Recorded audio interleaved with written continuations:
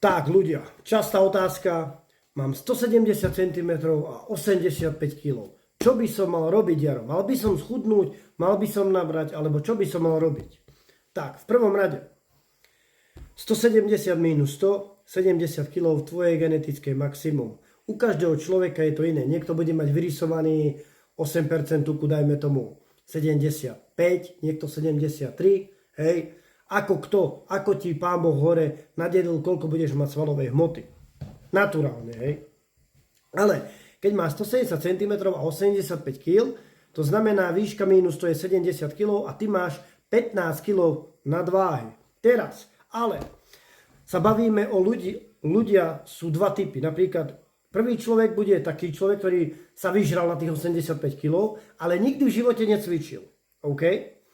Druhý človek bude mať 85 kg, dajme tomu, po 3-4 rokoch cvičenia. Hej? Čiže v tomto sa líši. Jeden človek bude mať vyššie procento tuku a menej svalov a ten, čo cvičí dlhšie roky, bude mať logicky vyššie procento svalov a menej tuku. Hej? Ale čo by si mal robiť? Ako naturál pri výške 170 cm nebudeš mať 85 kg vysekaný, dajme tomu na 8% tuku. To sú minimálne procento ľudí, ktoré budú mať 15 kg nad svoj limit. Tí ľudia proste majú genetiku, že sú obdarení od Boha a majú viacej svalovej hmoty ako 99% ľudí. Sú aj takí, ale je ich fakt minimum na svete. A takí sú proste tí, ktorí sú na tých olympiách a ktorí vyhrávajú tie súťaže. Takže čo by si mal robiť? V prvom rade určite by si mal ísť do diety. Schudnúť a zistiť, koľko má svalovej hmoty. Hej? Teraz ty schudneš, dajme tomu, na 70 kg, zistíš, že výška minus 100, no Jaro mi povedal, že mám 70 kg, ale furt mám ešte špek v oblasti brucha a nevyzerá to až tak. Bohužiaľ, budeš musieť schudnúť ešte viac a zistíš, že máš 65 kg, vtedy máš sixpack, dajme tomu, ale má málo svalovej hmoty. Hej? Že máš menšie ruky, ako si mal, keď si mal 85 kg a všetko. Síce máš formu, ale máš málo svalovej hmoty. A teraz ideš do toho objemu a pomaličky naberáš, dajme tomu na tých 78 kg, 80, druhý rok to zase vysekáš a zase proste vysekáš na tých, už nie na 65, ale dajme tomu na 67. Pribral si 2 kg svalovej hmoty. Zase ideš do objemu, zase to vysekáš a pomaličky, rokmi sa dostaneš na tých 70 kg, čo je tvoje genetické maximum, u každého je to iné, hej? A takto sa posúvaš.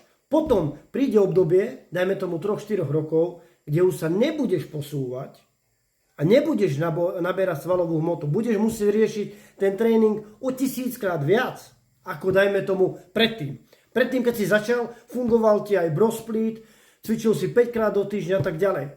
Potom už to nebude fungovať, budeš to potrebovať nastaviť úplne do detailu pre seba, na najlepšiu regeneráciu, nie veľký objem práce a proste dobrý spánok a dobrý jedálniček na 100%. Hej? Keď budeš chcieť maximalizovať výsledky, lebo to telo je zvyknutejšie, tým pádom tie svaly už nebudeš naberať ako na začiatku. Ten proces sa bude spomalovať. Hej? A potom, už keď dajme tomu dosiahneš naturálne maximum, že budeš mať pri výške 170-70 kg, ty každým rokom pôjdeš do objemu, vysekáš to, ale nebudeš, dajme tomu, nenabereš svaly, ale tie svaly sa budú skvalitňovať. Tomu sa hovorí svalové vyzretie svalov. Hej? Že napríklad ty budeš mať inú váhu, stejnú váhu ako minulý rok a tento rok to vysekám, porovnáš tie fotky, ale tie svaly vyzerajú kvalitnejšie, ostrejšie, tvrdší a proste na tých fotkách vyzeráš lepšie. Robia lepší taký 3D efekt. A toto je u toho naturála. Prvé 3-4 roky OK, berem to, ale potom keď dosiahneš tvoje genetické maximum, už nebudeš proste naberať svalovú hmotu. A keď aj budeš naberať na váhe, ale to bude na úkor tuku a vody, potom to vyrysuješ a zase bude stejný. Lenže tie svaly budú ostrejšie, kvalitnejšie a tak ďalej. Toto je osud naturála. Hej? Koľko budeš mať svalov, záleží od toho hore, koľko ti nadelil. Niekto môže mať pri výške 170 cm 75 kg vysekaný, Niekto môže mať 70 kg, že dosiahne svoje genetické maximum a už potom nebude rásť. Hej? Takže takto to je. A preto mi ľudia píšu, Jaro, ale ty si stejný. Ja mám 1,66 m, 1,67 m a na súťaži som mal 67,5 kg. Takže môžem to stiahnuť maximálne o pol kila a som v tom genetickom maxime. Chápete ma? A proste potom už nerastieš, ale skvalitňuje sa. Dajme tomu. To je celé osud naturála. Takže tak to je proste. Napíšte svoj názor do komentu. Som zvedavý, kto to vie, alebo kto so mnou súhlasí, že či mám pravdu, alebo nie. Hej? Vy si teraz berete to, že sypači, ktorí napríklad majú 1,70 m a majú 90 kg vysekaný na 6% tuku, tak to sú sypači. Oni proste berú zakázané látky a to telo je načipované, ako keď auto načipuješ. Preto má o 15-20 kg viacej. Ty naturálne nebudeš mať 15-20 kg vo forme. Ja sa bavím o forme, nebavím sa o 20% tuku. A ja som mal 80 kg, aj 90. Ale to nebola forma. To bolo proste objem. Veľa vody, tuku veľa, zbytočne. Ja vravím o forme. Ja mám aktuálne teraz 1,67 m a teraz mám 75 kg. Vyzerá to takto. Pozri. Vyzerá to takto. 75 kg. Vysekaný. Vysekaný jak vysekaný, hej?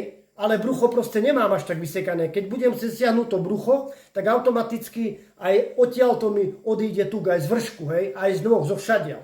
Takže proste, dajme tomu, schudnem, ale ja už a budem mať 68 kg, 69, možno 67,5, hej? Podľa toho, akú chcem tú formu, ak ostrú chcem tú formu. Ale nenabral by som 75 kg, pri mojej výške 1,67 m a nebol by som vysekaný. Hoci dakomu by stačilo byť takto vysekaný, dajme tomu, hej? Ale keď chceš mať 6% tuku, tak proste budeš musieť to stiahnuť, to bruchu, žilnatosť a vtedy budem mať tých 67 kg v tom genetickom maximu, ako keby. Takže toto môj názor. Napíšte do komentu, či so mnou súhlasíte, alebo ako si to predstavujete, alebo čo ste si mysleli o tom. Pre viac tipov nezabudni sledovať môj Instagram, 3-mesačná spolupráca a rád aj tebe pomôžem zmeniť postavu k lepšiemu. Ahoj.